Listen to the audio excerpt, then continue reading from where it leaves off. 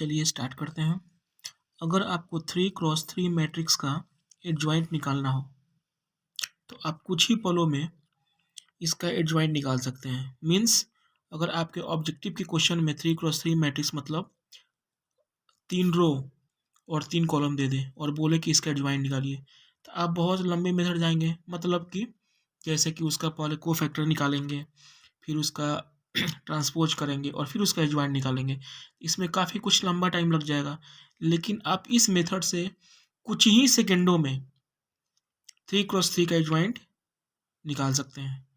तो उसके लिए आपको बहुत ही एक छोटा सा रूल पढ़ना होगा, जिस रूल से आप डायरेक्ट इस 3x3 मैट्रिक्स का एडजॉइंट आप डायरेक्ट लिख सकते हैं और उस ऑप्शन को क्लिक कर सकते हैं जो भी आपके ऑब्जेक्टिव में अगर ऐसे सवाल आ जाए तो, मतलब 3x3 का एडजॉइंट निकालने के लिए आ जाए तो।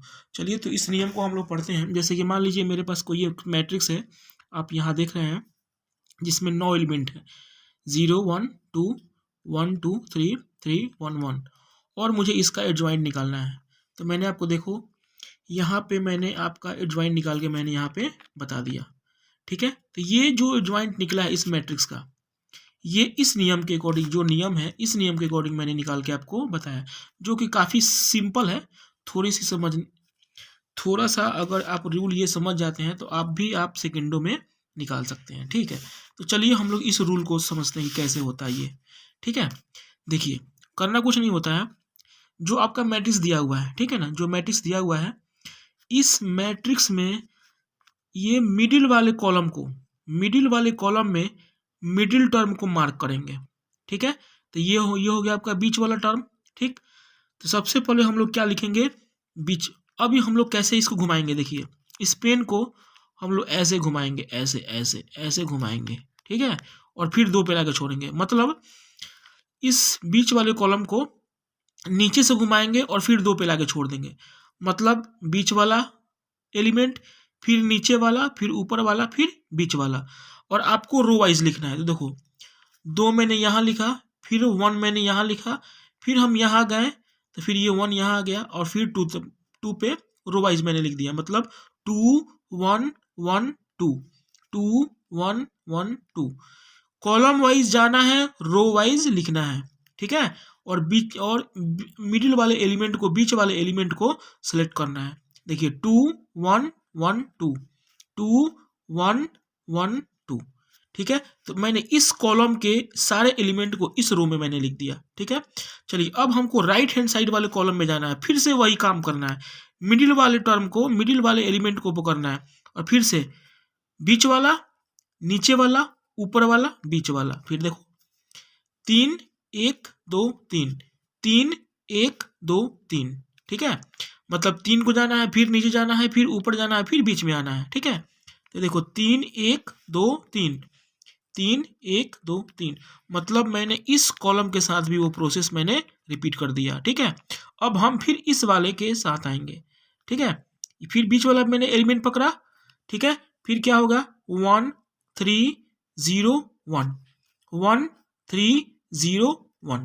देखिए कॉलम वाले एलिमेंट को रिपीट करके रो वाले में लिख देना है। ठीक है, तो फिर से मैंने यहाँ रिपीट किया 3 1 1 ऐसे। ठीक है, देखिए 1 3 0 1 1 3 0 1 ऐसे मैंने क्या किया, मैंने तीनों कॉलम के एलिमेंट को रो वाइज मैंने लिख दिया।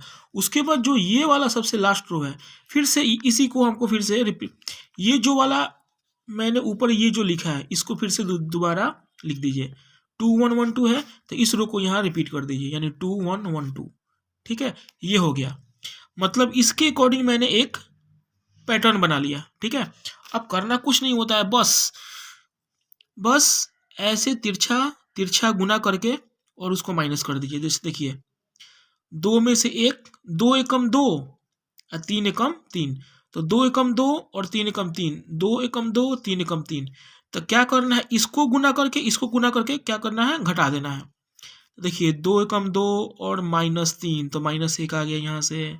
ठीक है, फिर से गुना करना है, यहाँ गुना कीजिएगा तो 2 आएगा, यहाँ गुना कीजिएगा तो 1 आएगा। तो 2 में से 1 घट के फिर कितना आ गया, 1 आ गया। ठीक है, फिर इसको गुना कीजिएगा तो 3, फिर इसको गुना कीजिए तो 4, यानी 3 में से 4 को घटाइएगा तो -2 1 आ गया, ठीक है।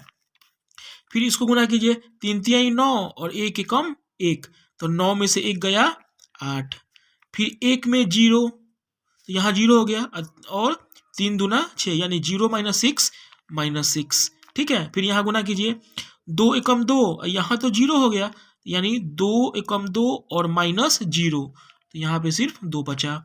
अब देखिए यहाँ पे 1 इसमें गुना कीजिएगा तो 1 आएगा, और यहाँ 6 यानी कि 1 माइनस 6 माइनस 5, इसको गुना कीजिएगा तो 3 एकम 3 और 1 इंटू 0, 0 आ गया, यानी 3 माइनस 0 3। यहाँ पे गुना कीजिएगा तो 0 आ जाएगा, 0 इंटू 2 0, 1 इंटू 1 यानी 0 माइनस 1 माइनस 1। अब देखिए जो मैंने गुना करके जो भी ये मैंने आपको मुझे यहाँ एलिमेंट मिला, देखिए ये एलिमेंट इसके बराबर है कि नहीं है, मैंने डायरेक्ट ये लिखा था ना। यानी कि आपको अगर 3 क्रॉस 3 का मैट्रिक्स का एडजॉइंट निकालना होगा तो आप सबसे पहले क्या करेंगे, दिए गए एलिमेंट्स का पैटर्न बनाएंगे नियम से, जैसे मैंने बताया है। उसके बाद क्या करेंगे, क्रॉस मल्टीप्लाई करके और माइनस करके निकालेंगे, मतलब हर एलिमेंट का क्रॉस मल्टीप्लिकेशन करेंगे और उसके बाद उसको घटा देना है, और घटा घटा के इस पे एक मैट्रिक्स मिलेगा आपको 3 क्रॉस 3 का, ये भी यही आपका क्या हो जाएगा, दिए गए मैट्रिक्स का एडजॉइंट होगा। समझ में बात आ गई। चलिए एक क्वेश्चन और करते हैं, आपको पूरा फुल्ली कॉन्सेप्ट क्लियर हो जाएगा। देखिए जैसे कि मान लीजिए आपके पास कोई मैट्रिक्स है 1 2 3 2 3 2 3 3 4 का एडजॉइंट निकाले, ठीक है। तो कुछ नहीं करना है, जैसे मैंने आपको बताया था कि सबसे पहले मिडिल वाले कॉलम का मिडिल एलिमेंट यानी पकड़ेंगे और कैसे घुमाएंगे, नीचे से ऊपर। देखिए 3 3 2 3 3 3 2 3, ये हो गया।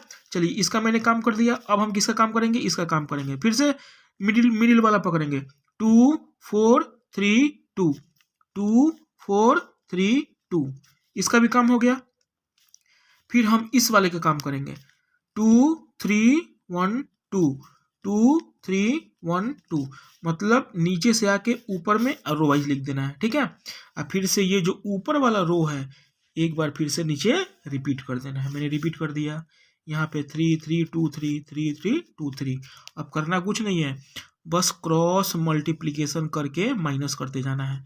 3 चौका 12, 3 दूना 6, 12 में से 6 गया 6, 3 तिहाई 9, 4 दूना 8, 9 में से 8 गया 1, 2 दूना 4, 3 तिहाई 9, तो 4 माइनस 9 माइनस 5, ठीक है।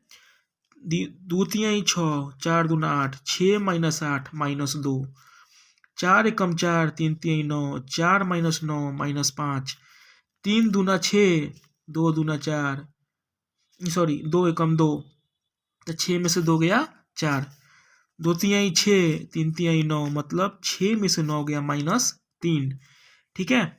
3 दूना 6, एक में 3 से गुना करेंगे तो 3 आएगा, मतलब 6 में से 3 घटाएंगे तो कितना आ जाएगा 3।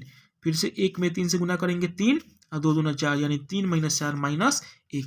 देखिए आपके एडजॉइंट, इस मैट्रिक्स का एडजॉइंट निकल के फाइनली आ गया। थोड़ा सा प्रैक्टिस कीजिएगा तो आपको ये काम आप सेकेंडों में आप करके निकाल सकते हैं। बस इस पैटर्न को फॉलो कीजिए, ठीक है ना। यही सबसे बेस्ट तरीका है 3 क्रॉस 3 का एडजॉइंट निकालना, ठीक है। आशा है आपको पूरा कॉन्सेप्ट क्लियर हो गया होगा। अगर ये कॉन्सेप्ट क्लियर नहीं है तो आप इस वीडियो को फिर से देखें। अगर वीडियो का कॉन्सेप्ट अच्छा लगा एडजॉइंट निकालने का 3 क्रॉस 3 का, तो वीडियो को लाइक करें, सब्सक्राइब करें एंड शेयर करें। ओके चलिए, थैंक यू।